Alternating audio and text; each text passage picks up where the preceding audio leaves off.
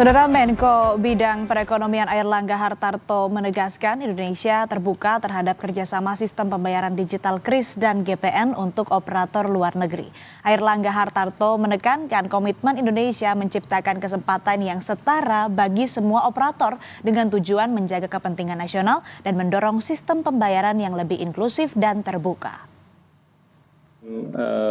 QRIS itu atau gateway nasional, Indonesia sebetulnya terbuka untuk para operator luar negeri termasuk master ataupun visa. Untuk di sektor kredit card itu tidak ada perubahan, kemudian yang untuk sektor gateway ini mereka terbuka untuk masuk di dalam front end maupun berpartisipasi, dan itu level playing field dengan yang lain.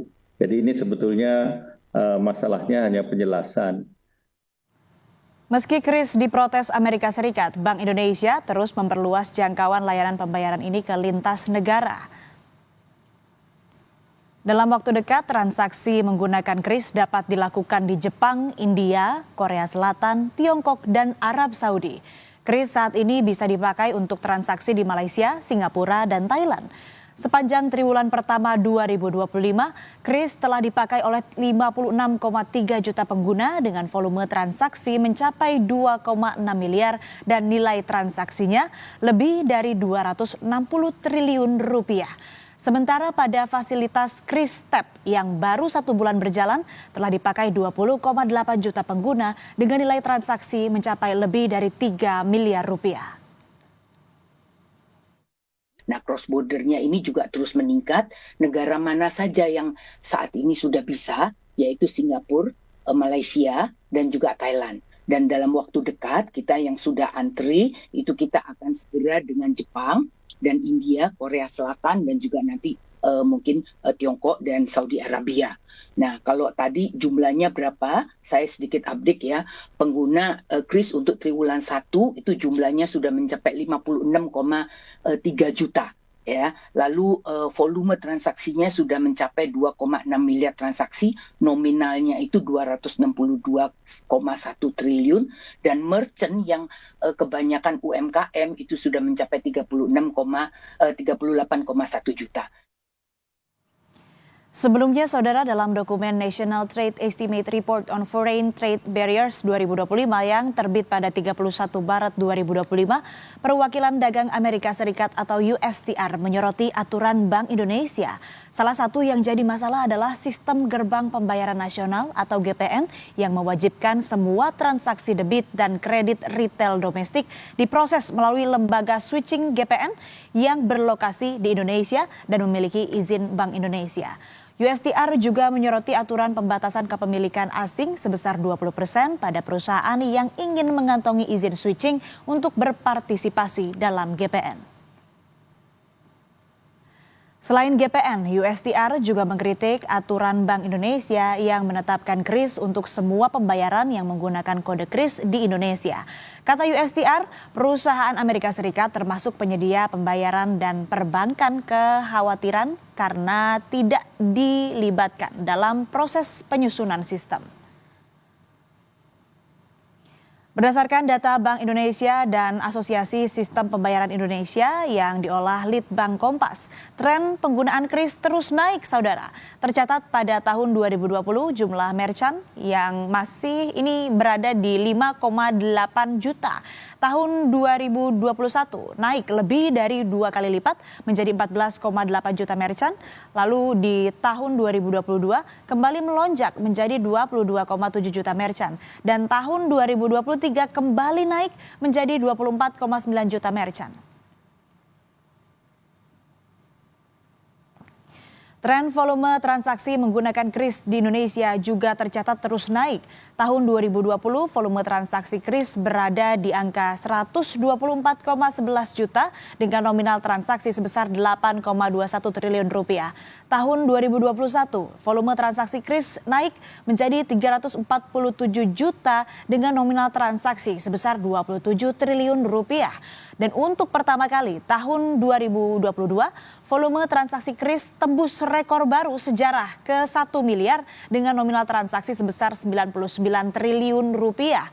Tahun 2023, volume transaksi KRIS naik signifikan dan tembus 2,14 miliar dengan nominal transaksi sebesar 226 triliun rupiah. Dan di tahun 2024, saudara, angka volume transaksi KRIS kembali melesat ke 6,24 miliar dengan nominal transaksi mencapai 659 triliun rupiah.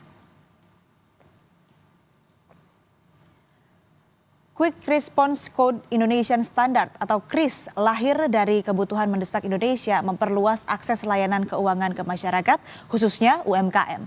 KRIS juga upaya Bank Indonesia memerangi peredaran uang palsu dan tindak kejahatan. Lalu apa kata pedagang soal KRIS? Berikut selengkapnya, saudara. Kurang lebih setahun lah. Manfaatnya apa aja sih kalau pakai KRIS ini? Manfaatnya ya anaknya nggak kembali lebih cepat gitu. 3 bulanan lah, ke 3 bulan. Ya. Baru ya? Iya, baru-baru kemarin lah. Oh, tapi manfaatnya apa sih kalau pakai KRIS ini?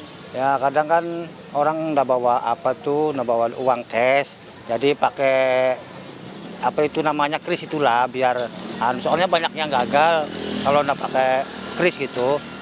Jadi pakai KRIS lah biar agak ini simple gitu, cepet lah. Timbang kayak cash kadang orang nggak bawa duit cash jadi simple lebih mudah lah gitu. Mudah aja. Jadi kalau yang dia nggak bawa cash dia lebih mudah, terus sama kita nggak perlu cari-cari kembalian gitu. Jadi transaksinya juga cepet gitu. Tapi pelanggan banyak yang lebih Pakai KRIS. Pakai KRIS. 1/4 dari uang tunai. Nah, itu kata pedagang soal KRIS. Lalu bagaimana dengan masyarakat? Apakah lebih suka bertransaksi dengan sistem pembayaran tunai atau non-tunai? Pakainya cashless sih. Kenapa tuh Pak? Lebih aman, udah gitu lebih cepat juga untuk pembayaran kan. Kalau biasanya Bapak menggunakan KRIS gitu ya, ini untuk pembayaran apa aja Pak? Beli apa aja? Untuk belanja makanan atau belanja kayak perlengkapan anak sekolah juga kadang gitu. Saya sih dua-duanya sih, cuman kalau akhir-akhir ini sering cashless sih. Apa tuh Bu alasannya? Sekarang kan udah banyak ya di mana-mana itu ya. Terus ke ATM kadang-kadang suka maintenance gitu kan. Ya udah gitu kan pas ya Ya udah kemana-mana lebih enak gitu, pakai HP aja udah cukup gitu. Prefer cashless sih, karena lebih praktis, lebih hemat juga. Kalau cash kan kita harus ngambil dulu ya di ATM, jadi lebih agak buang waktu aja sih. Tergantung kita belinya apa. Kalau misalkan adanya cashless, KRIS gitu kita bayar pakai KRIS. KRIS dan GPN jadi sasaran kritik Amerika Serikat untuk menekan Indonesia. Lalu mengapa standar pembayaran digital lokal ini begitu menarik perhatian pemerintah Donald Trump hingga dianggap menghambat hubungan dagang dua negara? Kompas Bisnis bertanya langsung ke ekonom Universitas Indonesia, Profesor Telisa Aulia Valianti. Selamat pagi Prof. Telisa, apa kabar? Ya, selamat pagi Mbak Arsy dan pemirsa Kompas TV. Prof, ini kan soal kritik terhadap KRIS dan GPN di laporan estimasi perdagangan nasional 2025 yang dikeluarkan USTR. Ini apakah sebenarnya ada poin-poin yang menjadi kekhawatiran Amerika Serikat? Apa saja kira-kira, Prof? Ya, tentunya seperti kita ketahui bersama ya, mungkin meningkatnya secara pesat transaksi KRIS ini Amerika sangat khawatir dominasi dari Visa dan Mastercard sebagai unggulan dari sistem pembayaran US yang sudah beratus-ratus tahun bisa dikatakan ya sudah sudah mungkin hampir 100 tahun gitu ya berkuasa di dunia ya dalam arti quotes unquotes dominan dari sisi pangsa pasar dalam settlement sistem pembayaran di dunia sehingga Indonesia kan juga sebagai negara besar di Asia ya dengan jumlah penduduk yang sangat besar begitu itu kan berarti akan berkurang ya pendapatan atau share dari perusahaan-perusahaan sistem pembayaran milik Amerika Serikat seperti itu. Jadi ada kekhawatiran bahwa meningkatnya KRIS bahkan dengan adanya KRIS cross border itu mungkin semakin membuat Amerika menjadi semakin gerah ya dalam arti bahwa ini Indonesia sudah memperluas. Jadi sudah bisa melakukan apa yang dilakukan oleh mereka ya sebagai international provider untuk sistem pembayaran seperti itu. Jadi cukup mengkhawatirkan dari sisi ya lama-lama nanti bisa menjadi pesaing di masa yang akan datang. Namun sebetulnya yang perlu kita cermati adalah ini bukan hanya dilakukan oleh Indonesia. Kalau kita ingat Cina ya Mbak ya, Cina itu kan udah punya dari dulu Alipay, dan Alipay itu juga luar biasa. Jadi sebetulnya bukan hanya Indonesia seharusnya, artinya kita di dalam negosiasi juga bisa mempertahankan bahwa ini adalah memang tren di berbagai negara Asia yang secara agresif memang karena kebutuhannya tadi untuk digitalisasi layanan keuangan, terutama untuk segmen UMKM itu menjadi reason gitu, karena akses keuangan kita kan masih terbatas. Jadi mungkin kita bisa ini ya berargumen bahwa ini memang untuk kepentingan nasional untuk meningkatkan akses layanan keuangan khususnya di segmen UMKM di mana itu adalah segmen terbesar di dalam masyarakat atau penduduk kita. Seperti itu sih harusnya ya. Ya, sudah mulai gelisah dan gerah ya karena terancam tergeser dengan sistem pembayaran kita. Tapi sebetulnya nih Prof, seberapa signifikan sih KRIS dan GPN ini membatasi peluang bisnis perusahaan pembayaran asing misalnya Visa dan Mastercard? Ya, jadi kalau kita lihat sebenarnya gini, tergantung underlying transaksinya ya. Sebetulnya bukan berarti Visa dan Mastercard itu tidak kita butuhkan sama sekali lagi. Jadi tergantung underlying. Jadi maksudnya otoritas moneter sejauh ya ataupun perbankan ya dan pelayanan jasa otoritas jasa keuangan di Indonesia bahwa kenapa sih kita mengembangkan itu? Salah satunya untuk mengurangi ketergantungan dan melakukan spesialisasi. Jadi seperti ini. Kalau misalkan transaksi itu antara perusahaan X dengan perusahaan Y yang itu sama-sama domestik. Nah, kenapa kita harus pakai settlement asing? Karena biayanya lebih tinggi. Nah, tetapi eksportir misalkan atau importir di Indonesia yang bertransaksi dengan pihak luar negeri di mana punya underlying transaksi mata uang asing, nah itu boleh dong pakai memang membutuhkan gitu lembaga-lembaga internasional karena kan mereka di dua negara yang berbeda. Misalkan yang satu di Indonesia, yang satu di Inggris gitu atau di Eropa ya wajar kita menggunakan internasional yang harganya lebih mahal memang charge transaksinya dan mereka memang lebih berpengalaman untuk men-settle transaksi internasional. Tapi yang ingin ini kan kalau sesama domestik dengan domestik kenapa harus menggunakan settlement internasional yang tentunya akan lebih tidak efisien ya. Artinya secara waktu settlementnya kemudian juga secara terutama dari sisi biaya ya karena biaya yang di-charge itu biasanya lebih mahal karena mereka punya rate yang mungkin antara settlement Indonesia dengan Amerika atau Indonesia dengan UK dengan Indonesia mungkin hampir sama. Jadi cukup mahal ya kalau secara biaya transaksi gitu. Jadi sebetulnya Visa ataupun Mastercard ataupun brand-brand lain yang ini kan kita tidak menyebutkan salah satu, tapi kan istilahnya provider-provider asing yang milik Amerika Serikat jasa penyedia layanan itu sebetulnya tidak perlu khawatir juga karena tren transaksi internasional kita juga meningkat ya, ekspor impor kita kan juga. Nah, jadi sebetulnya masih ada ruang. Jadi ini sebenarnya kompetisi. Jadi bagaimana para pelaku usaha ini berkompetisi meningkatkan layanan. Nah, seharusnya bagi penyedia asing ini bisa menjadi suatu momentum untuk memperbaiki layanan atau efisiensi. Misalkan dari sisi biaya, mereka bisa dong menurunkan biaya supaya kompetitif misalkan. Nah, kalau harganya murah, orang juga mungkin ya nggak apa-apa saya pakai ini ya. Itu pilihan gitu misalkan. Dan masing-masing punya keunggulan. Nah, itu menurut saya tuh jadi sebetulnya Bank Indonesia saya rasa juga tidak membatasi ya dalam maksudnya ada aturannya tetapi tetap ada ruang karena di dalam peraturan Bank Indonesia ataupun PADG yang saya lihat itu bahwa terkait sistem pembayaran ini sebetulnya kalau kita lihat daftar-daftar penyedia di Asosiasi Sistem Pembayaran itu ada kok perusahaan-perusahaan asing itu diberikan selama tapi syaratnya mereka harus bermitra dengan PJP lokal ataupun acquirer lokal kayak gitu. Jadi kemitraan. Jadi mendorong kemitraan antara asing dengan lokal seperti itu sih. Jadi sebetulnya masih ada ruang ya selama transaksi internasional kita meningkat dan ini sebetulnya ruang buat para penyedia jasa internasional itu untuk kompetitif bersaing dengan local brand seperti itu atau dengan local provider. Ya, USTR juga kan menyoroti aturan soal GPN mengenai pembatasan kepemilikan asing sebesar 20% ya pada perusahaan yang ingin mengantongi izin switching untuk berpartisipasi dalam GPN. Nah, kalau misalnya ada perubahan persentase, bagaimana dampaknya nih ke ekosistem bisnis begitu, Prof? Tapi jangan dijawab dulu, Prof Telisa, kita jeda sejenak, tetaplah di Kompas Bisnis. Kembali di Kompas Bisnis, Saudara, dan kami masih bersama dengan Ekonom Universitas Indonesia, Profesor Telisa Aulia Valianti. Prof Telisa, seperti yang sudah saya singgung di segmen sebelumnya, USTR kan ini menyoroti aturan soal GPN mengenai pembatasan kepemilikan asing sebesar 20% pada perusahaan yang ingin mengantongi izin switching untuk berpartisipasi dalam GPN. Nah, kalau misalnya ada perubahan persentase, bagaimana nih dampaknya terhadap ekosistem bisnis, Prof Telisa? Ya, jadi tentunya kalau saya sebelumnya ya untuk mengubah itu kita juga harus benchmarking dengan hati-hati ya karena waktu itu pemerintah dalam membangun ini juga sudah meneliti lah terlebih dahulu berapa sih yang maksimum bisa kita lakukan karena sebetulnya memang asing itu yang full asing ya sebetulnya dibuka juga tuh untuk izin syuting itu sebetulnya kemitraan jadi artinya selama mereka punya badan hukumnya di Indonesia supaya tadi ya aspek pajaknya aspek keamanan itu bisa betul-betul kita kontrol gitu loh jadi sebetulnya punya asing tapi kalau mereka punya saham juga di perusahaan-perusahaan Indonesia tuh bisa juga jadi sebenarnya lewat joint ventures atau lewat apa ya. Jadi ini kan yang full asing sebetulnya yang 20% itu. Tapi di domestiknya sendiri mereka tuh sebetulnya masih punya peluang untuk kerjasama ataupun kemitraan seperti itu. Nah itu juga kalau masih bisa kita pertahankan ya. Karena sebenarnya gini, dari sisi surplus neraca jasa ya, kalau kita lihat kemarin USTR itu kan cuma ngomongin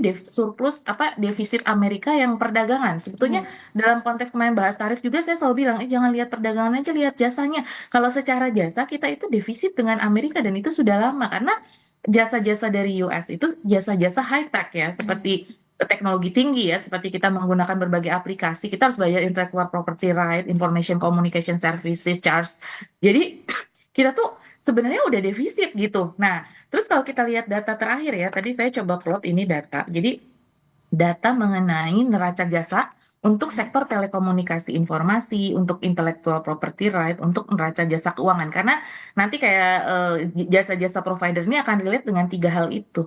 Dan kita itu ternyata defisitnya itu trennya semakin meningkat gitu loh. Dari sisi telekomunikasi informasi, intellectual property right, dari sisi neraca jasa keuangan, semua trennya itu tanpa ini maksudnya tanpa belum ada aturan itu dirubah pun, nah kita tunjukkan gitu loh ke Amerika di dalam negosiasi. Kita tuh udah defisit juga. Nah, defisitnya ini belum dilihat per negara ya, saya belum sempat breakdown, tapi setahu saya di teknologi informasi komunikasi dan jasa keuangan itu US sangat dominan sebagai mitra jasanya gitu. Karena mereka kan memang penyedia high tech dan juga untuk financial services di dunia gitu. Jadi sebenarnya mereka nggak perlu takut ya maksudnya dengan tanpa kebijakan itu pun defisit kita tuh sudah makin melebar begitu. Kemarin data terakhir itu di sini sekitar untuk defisit neraca jasa keuangan ya data terakhir 2024 itu kita sekitar 2 miliaran ya 2 miliar USD gitu. Jadi cukup besar gitu 2 miliar USD ini. Jadi dan itu meningkat ya yang sebelumnya itu 1 miliar USD. Jadi ini defisit kita. Nah, nanti dengan kita makin buka ya, ya khawatirnya akan semakin defisit kita semakin melebar. Nanti neraca transaksi berjalan kita ini harus diperhatikan karena neraca transaksi berjalan kita ini kan belakangan ini juga sudah mulai defisit. Nah, itu yang harus kita perhatikan karena nanti akan menggerus devisa. Ya, tapi Prof, kalau katakanlah ada perubahan presentasi tadi, dampaknya secara langsung terhadap ekosistem bisnis di dalam negeri maupun juga global seperti apa? Ya, artinya ini menjadi pemicu ya untuk di dalam ekosistem ini persaingan tadi yang saya sampaikan. Jadi artinya bahwa persaingan antara provider itu tentu akan semakin kencang gitu ya. Karena provider luar negeri kan biasanya punya keunggulan dari sisi permodalan yang besar ya kan, teknologi yang mungkin lebih canggih seperti itu kan. Jadi ya itu tadi persaingan akan semakin ya persaingan in one hand cukup positif secara ekonomi, tapi kalau persaingannya itu juga kurang sehat ya di mana asing ini misalkan lebih dominan dari sisi teknologi dan lain sebagainya, itu juga sedangkan lokal tidak memperbaiki diri. Nah, berarti kan harus ada dukungan kepada layanan penyedia jasa lokal untuk bisa bersaing tadi dan mungkin kita juga mendidik dari sisi konsumennya, bukan mendidik ya, edukasi dan sosialisasi kepada masyarakat. Ini kan nanti banyak pilihan nih provider atau apa. Nah, mungkin dengan kecintaan kita kepada nasional ya provider nasional tuh diutamakan seperti itu. Kalau konsumen bisa memilih ya, misalkan ada provider-provider dan lain sebagainya. Nah, dengan kecintaan nasional kita masyarakat jadi ada gerakan kesadaran bahwa oke, gak apa-apa sih asing masuk, tapi kita misalkan lebih preferensi menggunakan yang lokal provider, misalkan seperti itu. Tapi itu kan di level yang langsung dengan hilir. Nah, nanti di level B2B-nya antara penyedia jasa dengan misalkan Bank Indonesia dengan asosiasi sistem pembayaran itu harus ada suatu mekanisme gimana ya mungkin insentif dan disinsentif atau apa jadi harus ada karena gini di dalam aturan PADG yang saya baca untuk switching aja itu misalkan bahwa harus ada prinsip resiprokal ya jadi artinya bahwa sebenarnya tuh kalau kayak gini-gini ya di jasa itu harus ada prinsip resiprokal. Jadi bukan cuma nih mereka yang bisa mengakses kita gitu loh. Resiprokal itu kita juga harus bisa mengakses pasar Betul. mereka gitu loh. Jadi Baik. harus ada simultaneity. Jadi jangan cuma Amerika mengambil pasar kita, pasar Amerika juga boleh dong kita masuk ke Amerika. Tadi kan udah ada perluasan tuh ke Cina, ke Ya. Arab, Baik, kan, Prof. untuk Jepang gitu. Nah, berarti ke pasar US atau negara maju yang provider dari lembaga-lembaga internasional kita juga bisa, karena prinsip resiprokal tuh harus ada seperti itu. Ya, baik, Fairness-nya ya. yang kami garis bawahi tadi Prof, salah satunya adalah soal keuntungan yang didapatkan oleh konsumen, jadi semakin banyak pilihan begitu ya providernya, dan juga Ya, ini dari sisi persaingan konsumen. provider kan semakin ketat nih Prof. Nah, pemain asing juga peluang masuknya juga lebih ketat. Nah, ini bagaimana terhadap ekosistem bisnis yang sehat yang harusnya disiapkan pemerintah, langkah seperti apa yang harusnya disiapkan?